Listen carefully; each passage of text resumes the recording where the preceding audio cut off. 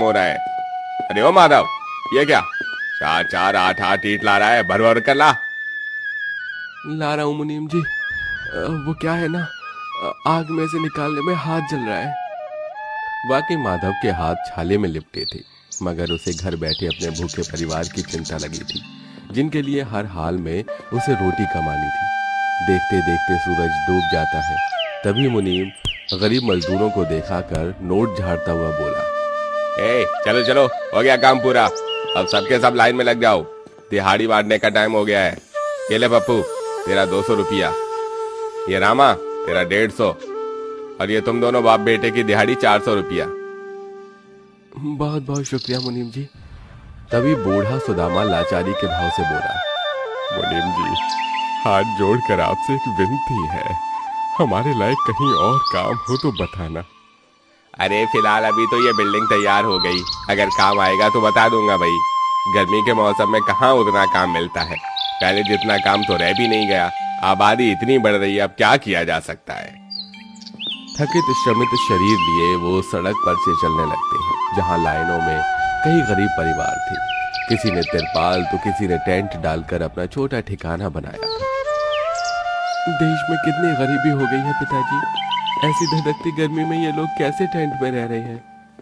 अरे क्या किया जा सकता है बेटा, सबकी जिंदगी एक समान थोड़ी ना है।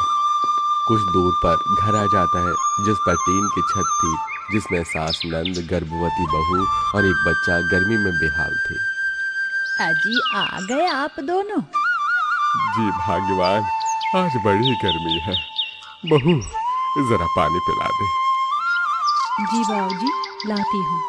थोड़ी देर में पूरा परिवार खाना खाते हैं। तभी रात के 9 बजे मकान मालिक किराए के लिए आ जाता है। अरे कोई है? कहाँ मर गए? नीलम बहन, देखकर आ, कौन है दरवाजे पे? भैया, मकान मालिक आया हुआ है। माधव थाली छोड़कर आता है।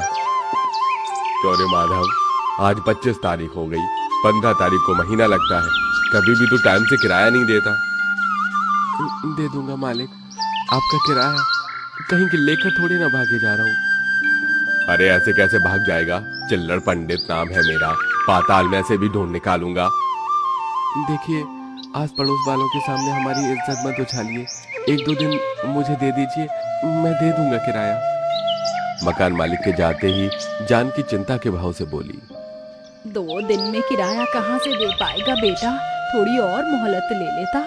तुझको पता है ना ये चिल्लर पंडित टाइम का कितना पक्का है। 2 दिन बाद आधमकेगा और घर से बेघर कर देगा हम सबको।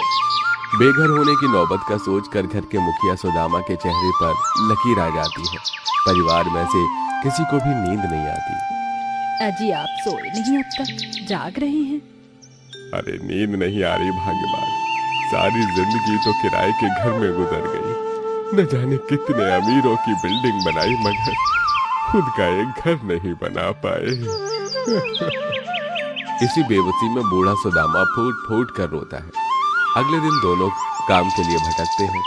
2 दिन निकल जाते हैं और मकान मालिक उनके घर में घुसकर सामान उठा उठा कर फेंकने लगता है। देखने वाले लोगों की भीड़ लग जाती है। बुआ दादी, ये हमारा सामान क्यों फेंक रहे हैं? इन्हें भगाओ हमारी घर नीचे। ए छुटकी, ज्यादा बोली ना तो उठा के पटक दूंगा, समझी? मालिक, हाथ जोड़कर विनती कर रहा हूँ, हमें बेघर मत कीजिए। इतने सालों से यहाँ रह रहे हैं, इस गर्मी में परिवार को लेके हम कहाँ भटकेंगे। मेरी बहू भी पेट से है मालिक। हाँ तो मैंने थोड़ी ना किया है, खाने को होता नहीं है और बच्चे पैदा करते हैं। अरे चलो दफा हो यहाँ से। पूरा बेघर परिवार गर्मी के उस कहर में कंगालों की तरह सड़कों पर भटकते हैं। सबकी आंखों से आंसू बहे जा रहे थे। भगवान भी बड़ा निर्दयी है। भूख, गरीबी और बेघर होना सिर्फ गरीबों के हिस्से में ही लिखा है।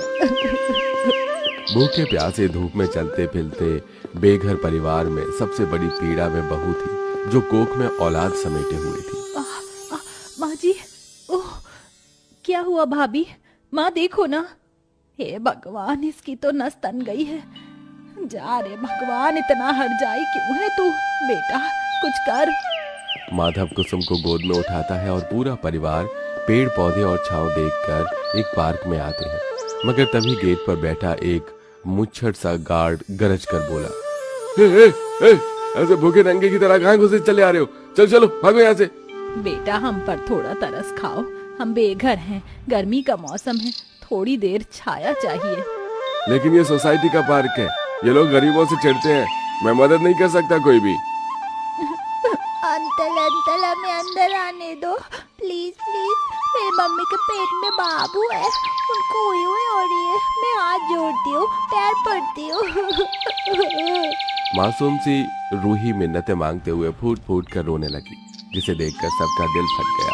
लेकिन गार्ड का दिल नहीं पसीजा, क्योंकि यहाँ हर कोई पहले अपना देखते हैं।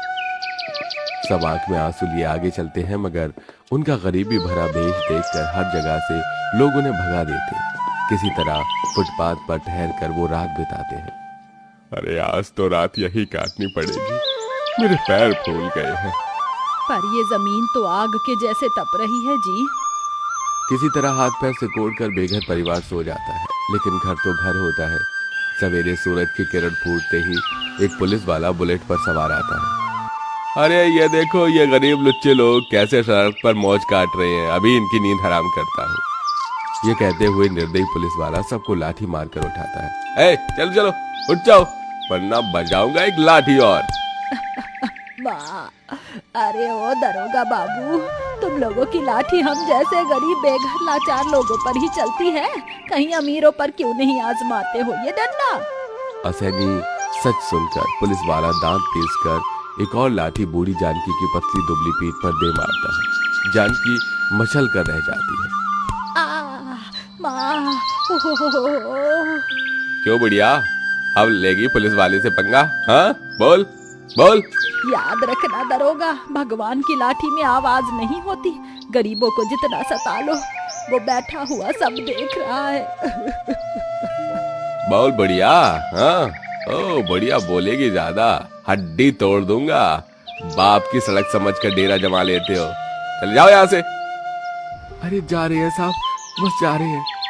एक बार फिर पूरा परिवार तपती धूप में सफर तय करता है, जहाँ वे लोग एक बड़े कचरे के कंपाउंड में पहुंच जाते हैं, जहाँ टेंट ही टेंट के घर बने थे, जिसमें गरीब परिवार बसे हुए थे।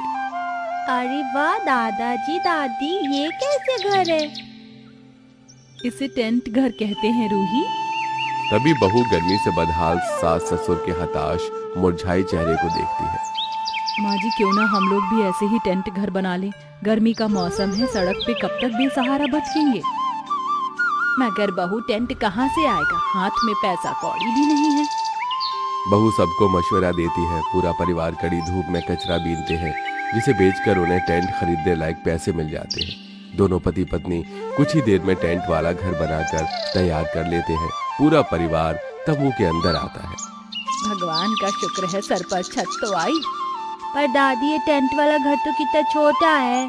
हाँ ला दो, मगर इस दुनिया में ऐसे भी बहुत लोग हैं जिनके सर पर छत नहीं है। कम से कम इस टेंट घर में धूप तो नहीं लग रही। सबके पैरों में छाले पड़ चुके थे। कुसुम जुगाड़ लगा के 4 ईंट का चूल्हा बनाकर गर्म पानी करके सबकी सिकाई करती है। लेकिन एक विडंबना अभी भी थी, वो भी थी शौचालय की।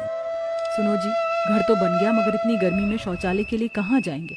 आपको पता है मेरा 8वां महीना चल रहा है, बार बार बाथरूम जाने की जरूरत पड़ती है। तुम चिंता मत करो कुसुम, मैं आज ही शौचालय बना दूंगा। माधव पास में ही गहराई तक जमीन खोदकर एक सुलभ शौचालय बनाता है और चारों तरफ टेंट लगा देता है, जिससे कि अब ये दुविधा भी दूर हो जाती है। हालांकि टेंट घर में उमस तो थी, लेकिन सबको सुकून था कि सिर पर छत है।